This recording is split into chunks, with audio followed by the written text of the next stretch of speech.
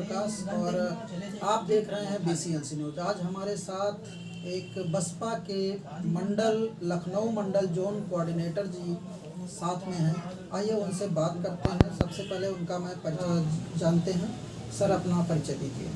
Sir जी, आप हमारे साथ लखनऊ से चल के आए हैं। हमारे रायबरेली ज़िले के बछरावा विधानसभा में और बछरावा विधानसभा के जो नगर पंचायत, इसमें हम आपका स्वागत करते हैं। आपका भी बहुत बहुत साधुवाद सर। और सर, मैं अशोक कुमार भारती, स्वर्गीय माता प्रसाद जी, वो हमारे पिताजी, पहला जो चुनाव है वो यहाँ से लड़े थे, DSP से बछरावा विधानसभा से। मैं उनका पुत्र हूँ। अब लखनऊ मंडल जोन इंचार्ज के पद पे हूँ और 89 से पार्टी में काम कर रहा हूँ। मेरा एक बेटा है जो ये नगर पंचायत में व्यापार देख रहा है।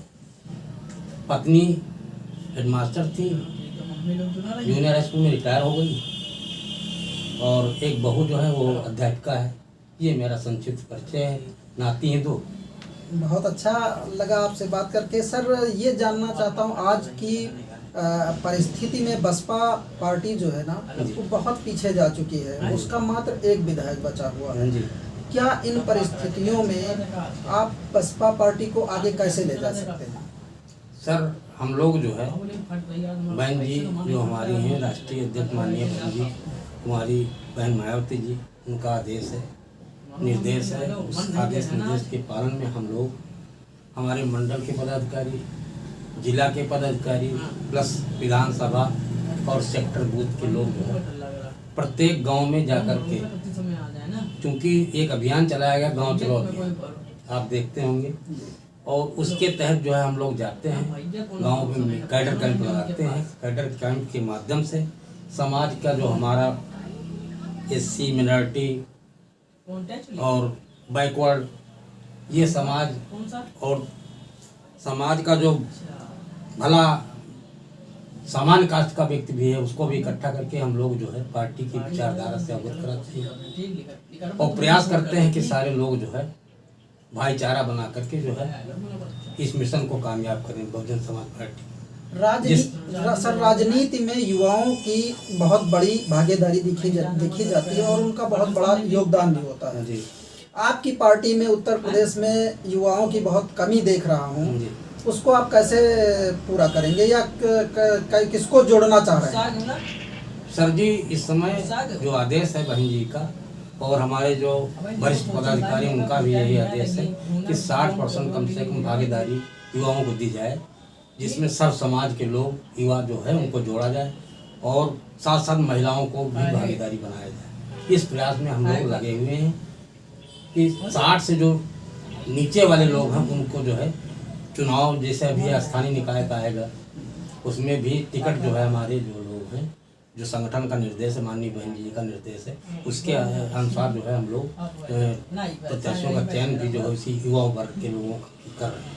सर, बहन जी भी कहती रही हैं कि बसपा एक मिशनरी पार्टी है जी। और हम देखते हैं कि बहुत सारे मिशनरी साथी बसपा को छोड़कर जा चुके हैं जी। बहुत सारे अच्छे जो पुराने नेता थे वो जा चुके हैं, तो इसकी भरपाई आप कैसे करेंगे? सर जी, हम लोग पहले जो मिशनरी साथी थे वो कैडर के माध्यम से तैयार किए गए थे। मानवर साहब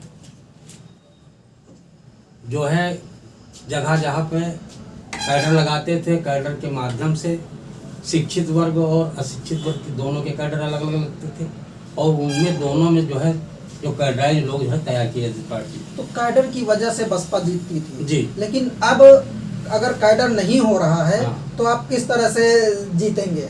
नहीं, कैडर तो हम लोग फिर प्रयास कर रहे हैं। कैडर जो गांव चलो अभियान है सर, उसमें जो है कैडर का प्रयास किया जा रहा है, कैडर लगाया जा रहा है। फिर भी हम देख रहे हैं कि बहुत कम प्रयास हो रहा है।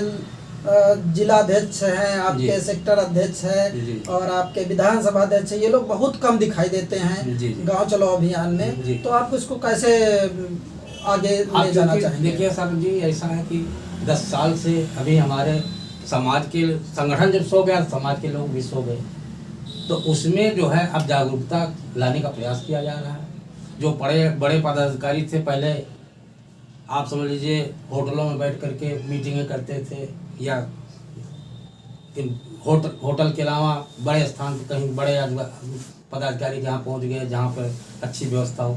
लेकिन अब लोग जो है सारे लोग, चाहे मंडल के हमारे पदाधिकारी हों, चाहे जिले के हों, चाहे विधानसभा के हों, हम बूथ स्तर पर जाते हैं, सेक्टर स्तर पर जाते हैं, सारे लोग एक समिति बनाकर, कमेटी बना करके वहाँ पर जा कर के उनके साथ उठना बैठना, खाना पीना, और जो कैडर कैंप होते हैं उसमें कुर्सी मेजें सब अलग कर दी गई। कुर्सी मेज की आवश्यकता नहीं, सबसे बता दिया जाता है। एक दरा बिछाया जाता है, जैसे पहले होता था मानवर साहब के सामने, दरा बिछा करके बाबा साहब और मानवर काशीराम की फ़ोटो लगा करके हम लोग पुष्पांजलि, उनको श्रद्धा सुमन अर्पित करते हैं। उसके बाद हम लोग अपनी अपनी बात को अपने समाज के लोगों के बीच में रखने का प्रयास करते हैं। बहन कुमारी मायावती जी को दलित नेता के रूप में प्रोजेक्ट किया जाता है, लोग कहते हैं दलित नेता जी। और बहन कुमारी मायावती जी ने अपनी पार्टी को बहुजन से हटा करके सर्वजन कर दिया। उसके बावजूद भी उनके ऊपर से दलित समाज का टैग लगा हुआ है, इसे आप कैसे देखते हैं? नहीं, बहन जी इस समय देश की सबसे बड़ी दलित नेता तो है ही हैं, लेकिन सब समाज की भी वो नेता हैं, ऐसा नहीं है। क्योंकि बहन जी ने जो भी काम किए, देखिए गाँव में बाबा साहब के नाम पर अंबेडकर ग्राम सभाओं के बनाई गई। उस ग्राम सभा में जो विकास कराए गए, चाहे बिजली हो, पानी हो, खरिंजे हो, इंटरलॉकिंग हो, अस्पताल बनवाए गए, आप समझ लीजिए कि तमाम तरह की सुविधाएं दी बहन जी ने। तो वहाँ केवल दलित को लाभ नहीं मिला, वहाँ लाभ जो मिला सब समाज के लोग, क्योंकि गांव में सभी समाज जात धर्म के लोग निवास करते हैं, उनको सबको लाभ मिला। तो फिर सर्व समाज के लोग बसपा पार्टी को छोड़कर क्यों चले गए? वो अपने स्वार्थ के लिए चले गए। आज मिशनरी जो करडाई लोग हैं, जो वास्तव में मानवर साहब को, बाबा साहब को मानने वाले लोग हैं, आज भी इतना सब होते हुए, भले हमारा एक विधायक है मानवर, लेकिन हमारा वोट परसेंट जिस तरीके से गुमराह करके विपक्षी पार्टियों ने, एक जैसे आपको हम उदाहरण दे रहे हैं, महाभारत में एक अभिमन्यु वध हुआ, तो उसमें क्या हुआ, तमाम धर्मज्ञ और युद्ध की कला को जानने वाले, कानून की बात करने वाले, न्याय की बात करने वाले तमाम लोग, भीष्म पितामह कृष्ण तमाम लोग थे, लेकिन उस समय सबका एक एम था कि अभिमन्यु वध होना चाहिए, और सारे लोगों ने घेर करके धर्म कर्म को खूंटी टांग करके अभिमन्यु वध कर दिया। उसी तरीके से माननीय बहन जी के चारों तरफ जितनी भी राजनीतिक पार्टियां हैं, वो ये होता है कि ये दलित की बेटी किसी तरीके से प्रधानमंत्री मुख्यमंत्री न बनने पावे, इसके लिए सारे लोग साम दाम दंड भेद करके हमारे वोटर को गुमराह करने का प्रयास किए, हमारे कैडराइज लोगों को लालच देकर के तोड़ने का काम किया गया, प्रलोभन दिया गया तमाम तरह से। इस तरीके से फिर तो भी कैडर के लोग सर कैसे टूट सकते हैं, ये बात देखिए सर, ऐसा है कि मैं आपको बताना चाहता हूँ बड़ी विनम्रता के साथ कि बाबा साहब को धोखा उनके बहुत ही खास आदमी सचिव ने दिया, हराने का काम किया, समझे। तो क्योंकि पहले भी राजनीतिक, देखिए कुर्सी जो होती है दो तरह की होती है। एक कुर्सी होती है IAS IPS यानी अधिकारी कर्मचारियों वाली, उसके लिए 15-20 साल आपको पढ़ना है, फिर 10-5 साल और त्याग तपस्या करके तब कुर्सी मिलती है। लेकिन राजनीतिक कुर्सी के लिए ट्रिपल M की आवश्यकता है। ट्रिपल M का मतलब फार्मूला मानवर साहब का है कि मनी, माफिया और मीडिया। इस राजनीतिक कुर्सी को प्राप्त करने के लिए, क्योंकि अभी हमारे समाज में जिस समाज की राजनीति बहन जी करती हैं, जिस समाज की बहुजन पार्टी राजनीति करती है, उसमें सभी कमजोर तबके के लोग रहते हैं। एक और सवाल सर, देखा जाता है कि जब चुनाव आते हैं तो जो सपा है जी, बीजेपी और कांग्रेस के लोग जी ये कहकर प्रचार करते हैं कि बसपा जो है वो बीजेपी की बी टीम है जी।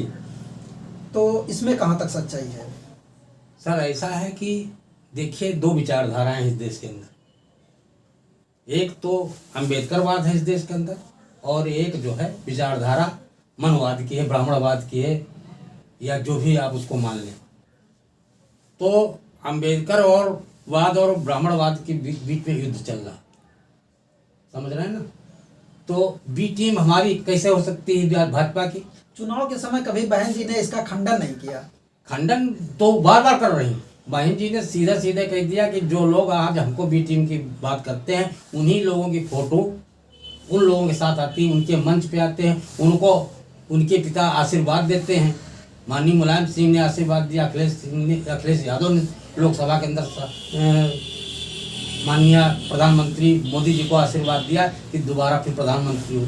तो बी टीम वो लोग हैं कि बी टीम हम लोग जो मतलब खुल करके मतलब जो है लगे रहते हैं। अभी तमाम विधानसभा चुनाव में सारी पार्टियों ने षड्यंत्र किया, सपा ने भी किया, भाजपा ने भी किया कि बहन जी के लिए क्यों आप लोग जो है मरे जा रहे हैं वोट के लिए। मुख्यमंत्री, अरे बड़ा पद होता है राष्ट्रपति, उनको तो हम लोग जो है राष्ट्रपति बनाने जा रहे हैं, तो प्रधानमंत्री मुख्यमंत्री भी क्या रखा है। हाँ, ऐसा प्रचार तो किया गया। हमारे वोटर को इस तरीके से गुमराह किया गया और तमाम हमारे वोटर जो है जो कट्टरपंथी थे वो लोग कूदे गए, बहन जी राष्ट्रपति बनने तो हटाओ इसको। तो उसी समय बहन जी को इसका खंडन करना चाहिए था, लेकिन उन्होंने नहीं किया। तो जनता को तो ये लगेगा कि वो उनका सपोर्ट कर रही है। सही है, क्योंकि देखिए अभी भी इस देश के अंदर भाग भगवान धन धरती और जो मीडिया है, क्षमा कीजिए मानवर, हम आपसे क्षमा भी चाहते हैं कि मीडिया इस देश का जो है वो बिका हुआ है, खास तौर से भाजपा के हाथों, पूंजीपतियों के हाथों, समझे। तो हम अगर सही बात कहते तो हमारी बात नहीं आती है, रखी जाती या दिखाई जाती, हमारे समाज के सामने नहीं जा पाती है। और जब वो लोग झूठ भी कोई बात कह देते हैं तो वो बात का प्रचार प्रसार जो है किया जाता है। बहन जी के पास अभी संसाधन इतने नहीं हैं, ना हमारे लोग अभी मीडिया में हैं बहुजन समाज के, ना हमारे लोग फाइनेंसर हैं कि जैसे दूसरे दल के लोग फाइनेंसर होती सरकार बनाने के लिए फाइनेंस कर देते हैं, सरकार बनाते हैं और पूंजीपतियों को लाभ देने का काम कर रहे हैं। हमारी बहन जी अपने वर्कर से पैसा लेकर के, चाहे जनधन के नाम पर हो, सदस्यता शुल्क के नाम पर हो, चुनाव में सहयोग जो हमारे समाज के लोग जो सक्षम हैं उनसे लेकर के अपना चुनाव लड़ाती हैं और चुनाव लड़ाने के बाद जो सरकार बनती है तो अपने समाज को न्याय देने का काम। टिकट बेचने का भी आरोप सर लगता है बहन जी के ऊपर। क्षमा करिएगा मानवर, आरोप उन्हीं लोगों ने लगाया जो इस प्रदेश में टिकट देने का काम करते थे। मैं कहता हूं कि जब टिकट लेकर के विधायक बने और विधायक को देने का टिकट जो है काम करते थे, उस समय जो है क्यों नहीं कहा कि बहन जी पैसा लेकर के जो है टिकट दे रही हैं। चाहे वो माननीय नसीमुद्दीन सिद्दीकी साहब रहें, चाहे आर.के. चौधरी साहब हों और चाहे प्रभु मौर्य जी, सारे लोगों ने आरोप लगाया जब पार्टी से चले गए। पार्टी में रहते हुए अगर हम गलत हैं तो हमारे ऊपर आरोप लगना चाहिए। और मैं समझता हूं कि शायद आप लोगों ने भी देखा होगा, जानकारी में हो, चर्चा में आई होगी बात कि यही लोग टिकट देने का प्रदेश में काम कर रहे थे जिनका मैंने नाम लिया गया। एक चीज़ और जानना चाहेंगे कि जैसे इस समय बीजेपी की जो सरकार है जी, सरकार कह रही है कि मैं इससे भी आगे के चुनाव में भारी बहुमत से जीत हासिल करूंगा। जी जी, ठीक है। सरकार युवाओं के लिए जो शिक्षा है उसकी नीति में बदलाव कर रही है, उसके साथ साथ किसानों को किसान सम्मान निधि के रूप में पैसा दे रही है, गरीब लोगों को अनाज भी फ्री में वितरित कर रही है। जी। तो जब सब कुछ जनता को मिल रहा है, हर चीज़ मिल रहा है, तो इससे आप कैसे जीत पाएंगे, उसको हरा पाएंगे पार्टी को? अब हम लोग तो ये प्रयास कर रहे हैं कि देखिए, अगर आपको इस देश के अंदर आपके जो बुजुर्गों ने इतनी त्याग तपस्या के बाद संविधान का अधिकार दिया है, अगर उसकी रक्षा करना है और इस देश के अंदर अपने जीवन को सुरक्षित रखना है, अपनी माँ बहनों की इज्जत सुरक्षित रखना है और दिन भर की जो कमाई है वो सुरक्षित रखना है, सुबह से निकले शाम को घर सुरक्षित पहुंचना है, तो आपको इन छोटी छोटी लालचों को छोड़ करके अपने मान सम्मान के लिए आप हमारे समाज की मुखिया को, हमारे प्रत्याशी को, जैसे अन्य दलों के लोग जो है क्या करते हैं, भाजपा का व्यक्ति है तो वो अटल और अडवाणी के नाम पर, मोदी के नाम पर, योगी के नाम पर वोट देता है, उसका व्यक्ति हारे या जीते। सपा का है तो माननीय मुलायम सिंह और माननीय अखिलेश सिंह के नाम पर वोट देता है। कांग्रेस में सोनिया जी हैं, राहुल भैया हैं, इनके नाम पर वोट देता है। मैं कहता हूं कि बीजेपी ने अगर देखा जाए तो मुस्लिम को भी राष्ट्रपति बनाया जी, एक आदिवासी महिला को भी राष्ट्रपति बनाया जी, और प्रदेश अध्यक्ष कुर्मी समाज से हमारे स्वतंत्र देव जी हैं, तो बसपा में तो ऐसा कहीं कुछ देखने को नहीं मिल रहा है सर। नहीं, ऐसा नहीं सर। हमारे यहाँ भी बैकवर्ड समाज के जो अभी माननीय पाल जी जो हैं हमारे प्रदेश अध्यक्ष विश्वनाथ पाल जी, उनको बहन जी ने बैकवर्ड समाज से ही जो है और बहुत गरीब समाज से हैं, बिल्कुल कैडराइज आदमी, कैडर से जुड़े हुए व्यक्ति हैं। और आज रात दिन जो है वो पूरे मत डाला पूरे मंडलों को, प्रदेश के और जिले के जो वाइज जो मीटिंग करना शुरू कर दिया। अब सेक्टर पे उनका नंबर लग रहा है, तो ऐसी कोई बात नहीं। बहन जी जो है बराबर सबको सम्मान दे रहे हैं, सबको आमंत्रित करती हैं। अब यह है कि बहन जी के पास अभी सत्ता होती तो बिना बुलाए लोग पहुंच जाते। अब सत्ता के इस जो नहीं है बसपा की, इसलिए लोग जो है अभी थोड़ा सा अब जो है प्रयास किया जा रहा है, सारे लोगों को जो है जोड़ा जा रहा है। मुस्लिम समाज के लोग, अल्पसंख्यक समाज तमाम जो है, आप देखिए पश्चिम में कितना लोग जुड़े। पश्चिम में जहाँ पे कहा जाता है कि अभी वहाँ फैजाबाद उसमें चुनाव हुआ, वहाँ चुनाव मुस्लिम समाज का प्रत्याशी उतारा गया, उसके बावजूद भी मुस्लिम समाज का वोट अधिकतर देखा जा रहा है कि सपा को जा रहा है जी। तो आप मुस्लिम समाज या अदर जो माइनॉरिटीज़ के लोग हैं उनको कैसे जोड़ेंगे? नहीं, हम लोग जोड़ रहे हैं, बताते हैं कि देखिए सपा के लिए आप लोगों ने 100% वोट किया है। हम 1-2% की बात नहीं कर सकते कि अन्य दलों में चला गया हो, लेकिन उसकी इतना सब करने के बाद भी आप सपा की सरकार नहीं बना पाए। अगर हमारे साथ आपका 50-60% अगर वोट आ जाता तो हम 22 और 60% मिला करके कम से कम सरकार बना लेते। तो आपने बार बार जब प्रयास किया, आप अपने नेता को नहीं बचा पाए। आजम खान साहब को जो है जितना 40 साल की राजनीतिक कुर्बानी उन्होंने दी, तो अपने बेटे की विधायकी नहीं बचा पाए, अपना सांसद और विधायकी नहीं बचा पाए। अगर सपा के लोग उनके पीछे खड़ी हो गई होती तो शायद आजम खान को 100 मुकदमों से के ऊपर न झेलना पड़ता और 40 साल की जो राजनीतिक पॉलिटिकल उनका मर्डर हो गया वो ना होता। तो सपा में मुस्लिम समाज ने देख लिया अपना सब लगा करके दांव। तो ऐसा नहीं, मुस्लिम समाज के लोग पूरब से भी जुड़ रहे हैं, पश्चिम से भी जुड़ रहे हैं, और इधर आजमगढ़ में तो हमारा प्रत्याशी चुनाव अच्छे खासे रिजल्ट दे ही दिया। बहुत सारे लोगों का आरोप है कि बहन जी मिशन से भटक गई हैं। जी। तो उन मिशनरियों को जोड़ने के लिए आप क्या कहेंगे, कैसे जुड़ेंगे? बहन जी मिशन से भटकी होती तो भारतीय जनता पार्टी के नेताओं ने जो लालच दिया, समझे, कि हम आपको राष्ट्रपति बनाएंगे, तो बहन जी राष्ट्रपति पद न ठुकराती। इसके पहले राज्यसभा सदस्य थी। आज हमारे समाज के लोग MLA MP बनने के लिए विभिन्न दलों में, अभी एक हमारे बहुत दलितों के नेता बनते हैं, यही अखिलेश सिंह के पास, अखिलेश यादव के पास गए थे, एक टिकट के लिए रो रहे थे, पैरों में गिड़गिड़ा रहे थे, लेकिन टिकट नहीं मिला। बहुत सारे लोगों का ये भी आरोप सर, बहुत सारे लोगों का ये भी आरोप है कि बहन जी अपने भाई और भतीजे के लिए कर रही हैं, उन्हीं को उनका भी परिवारवाद चल रहा है। ऐसा कुछ नहीं है। मानवर साहब अपनी ज़िंदगी में हम लोगों ने देखा है, हम लोग उनके साथ कैडर में रहते थे, उनके साथ पायलटिंग भी किया, उनको रिसीव भी किया, साइकिल से भी रिसीव किया मानवर साहब को, एम्बेसडर से भी रिसीव किया, और उसके बाद हेलीकॉप्टर से उतारा मानवर साहब। तो ऐसा नहीं है, मानवर साहब के ही रास्ते पर बहन जी चल रही हैं। अगर राज्यसभा में उन्होंने इस्तीफा इसलिए दिया, जब ऊना कांड हुआ गुजरात का, तो वहाँ दलितों की बात जब उठाने को खड़ी हुई बहन जी, तो वहाँ का जो राज्यसभा का जो अध्यक्ष है वो टाइम नहीं दे रहा। तो बहन जी ने कहा कि अगर हम अपने समाज की आवाज़ यहाँ नहीं उठा सकती तो हमको राज्यसभा में रहने में क्या फ़ायदा है। उन्होंने तुरंत त्याग पत्र दे दिया, जबकि वहाँ हंगामा हो गया कि नहीं त्याग आप इस्तीफा मत दीजिए। तो बहन जी को पद के लालच नहीं है, बहन जी को किसी उसका लालच नहीं है। भाजपा के लोग तो कह रहे हैं कि हमारी पार्टी के साथ जुड़ जाइए, हम आपको प्रधानमंत्री बनाएंगे, लेकिन ऐसा नहीं। राष्ट्रपति की बुलाद मारा, उन्होंने हम बनेंगे तो अपने समाज की बदौलत, अपने लोगों की बदौलत बनेंगे। आखिर में एक सवाल आपसे केवल ये जानना चाहेंगे सर कि आप अपने लोगों को क्या संदेश देना चाहेंगे आने वाले चुनाव के लिए या समाज के विकास के लिए?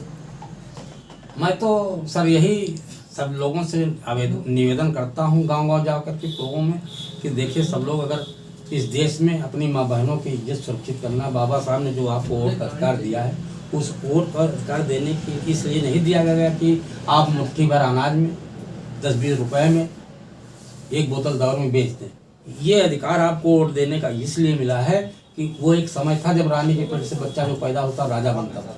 आप जो मशीन का बटन दाबेंगे उससे जो आपका ग्राम सभा का प्रधान है, सदस्य है, जिला पंचायत है, विधायक है, सांसद है, ये जो सरकारें बनेंगी इससे आपकी माँ बहनों की सुरक्षित इज्जत होगी, आपका दिन भर की कमाई सुरक्षित होगी, आप अपने मान सम्मान से अपने घर में निवास करेंगे।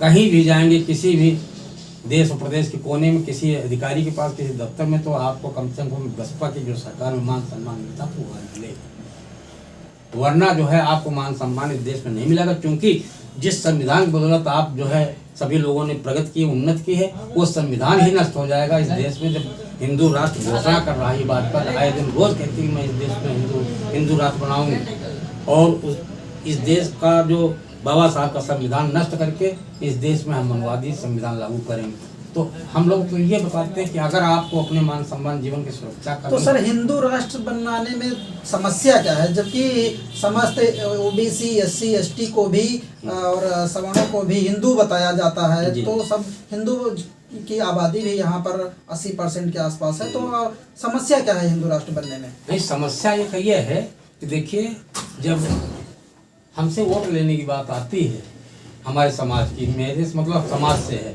अगर इस 85% समाज में जिसमें बैकवर्ड भी है, एसटी है और मिनॉरिटी के लोग हैं, इस तरीके से 85-90% समाज का जब वोट लेने की बात आती है तो वो हिंदू हो जाता है, समझे। और जब मान सम्मान की बात आती है, जब मंदिर में जाने की बात, इस देश का सर्वोच्च पद जो राष्ट्रपति का है, माननीय राष्ट्रपति जी जब मंदिर जाते हैं वहाँ राजस्थान के, तो उस मंदिर में जाति के आधार पर प्रवेश नहीं मिलता है, तब वहाँ पर जो है हिंदू नहीं दिखाई पड़ता है। हमारा व्यक्ति जब, अभी आज की घटना मैं पेपर की बता रहा हूँ कि कोई कल शिवरात्रि थी, उसमें जो है मंदिर में गए, वहाँ हमको स्थान का इस समय याद नहीं है, और वहाँ गए तो उनको जो है चप्पलों से वहाँ के लोगों ने मारा, जब जलाभिषेक करने के लिए गए मंदिर के अंदर। तो क्या मतलब है, हिंदू, अभी राजस्थान में घटना घटी, हमारे दलित समाज का व्यक्ति उस विद्यालय में, जिसमें अध्यापक लोग या उस विद्यालय के लोग पानी पीते थे, घड़े में छू लिया तो उसका जो है मर्डर कर दिया गया। तब हिंदू नहीं दिखाई पड़ता है। पता लगा कि कहीं पे अभी वो भंडारा था, उसमें प्रसाद लेने में और रामायण में चला गया तो उसको जो है अपमानित किया गया, मारा गया। तो मेरे कहने का मतलब जो है, हिंदू का मतलब है सिर्फ उनके काम में, उनके अगर उनके हिसाब, उनकी लगाम से आप चल रहे हैं तो हिंदू हैं। अगर जिस दिन से वो लगाम की आप हटेंगे, अपने समाज और मान सम्मान की बात करेंगे, तो वहाँ पे आप शूद्र हैं, दरिद्र, समझे। तो मेरा कहना मतलब, हम इस देश में खाली स्वार्थ बस छपरा उठवाने की बात आती है तो हम हिंदू हैं, और जब छपरा नहीं उठाने के बाद पढ़ने लिखने की बात करते हैं, मान सम्मान की बात करते हैं, नौकरी की बात करते हैं, तो हम फिर जो है शूद्र हैं इस देश के। सर आपका बहुत बहुत साधुवाद, आपने अपनी सारी बातें बहुत बेबाकी से रखी।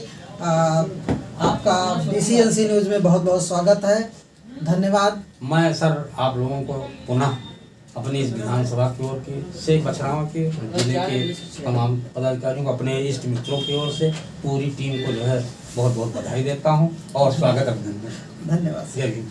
जय हिंद।